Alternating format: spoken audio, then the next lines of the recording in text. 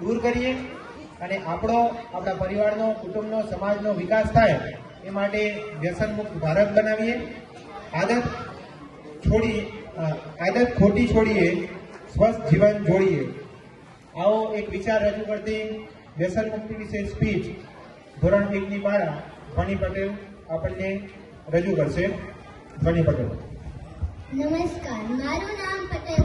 નમસ્કાર માનનીય સરપંચ શ્રી, મંચસ્થ મહાનુભાવો, ગ્રામજનો, આદરણીય ગુરુજનો અને મારા વહાલા ભાઈઓ અને બહેનો, મા સરસ્વતીના આશીર્વાદ અને મા ભારતીના સંકલ્પ સાથે હું પટેલ ધ્વનિ આપ સૌને વ્યસન મુક્તિ વિશે મારા વિચારો રજૂ કરીશ.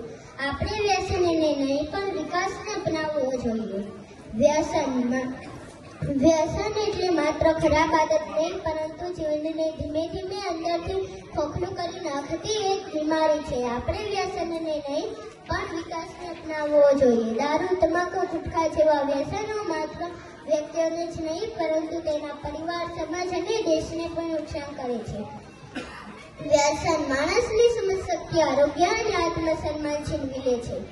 આજે અટકશો તો આવતીકાલ બચી જશે. ઘણા યુવાનો શોખમાં કે મિત્રોના દબાણમાં વ્યસન શરૂ કરે છે, પણ આ શોખ ધીમે ધીમે શરમોમાં બદલાઈ જાય છે. એક ખોટો નિર્ણય આખા જીવન પર ભાર બની જાય છે. સ્વસ્થ યુવા, સમૃદ્ધ ભારત. વ્યસન મુક્ત યુવાન જ ભારતનો મજબૂત પાયો રચી શકે છે. શારીરિક તંદુરસ્તી સાથે માનસિક મજબૂતી પણ જરૂરી છે અને એ માત્ર વ્યસન છોડવાથી જ શક્ય છે.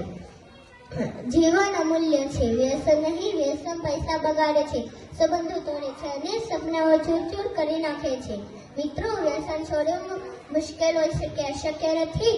મજબૂત ઈચ્છા શક્તિ, પરિવારનો સહયોગ અને યોગ્ય માર્ગદર્શનથી કોઈ પણ વ્યક્તિ વ્યસન મુક્ત બની શકે છે. આદત બદલો, કિસ્મત બદલાશે. આજથી આપણે સૌ સંકલ્પ કરીએ કે ન તો આપણે વ્યસન કરીશું, ન તો કોઈને કરવા દઈશું. ચાલો વ્યસન મુક્ત જીવન અપનાવીને સુખી પરિવાર, સ્વસ્થ સમાજ અને શક્તિશાળી ભારતનું નિર્માણ કરીએ. અસ્તુ. જય ભારત. ખૂબ સરસ રીતે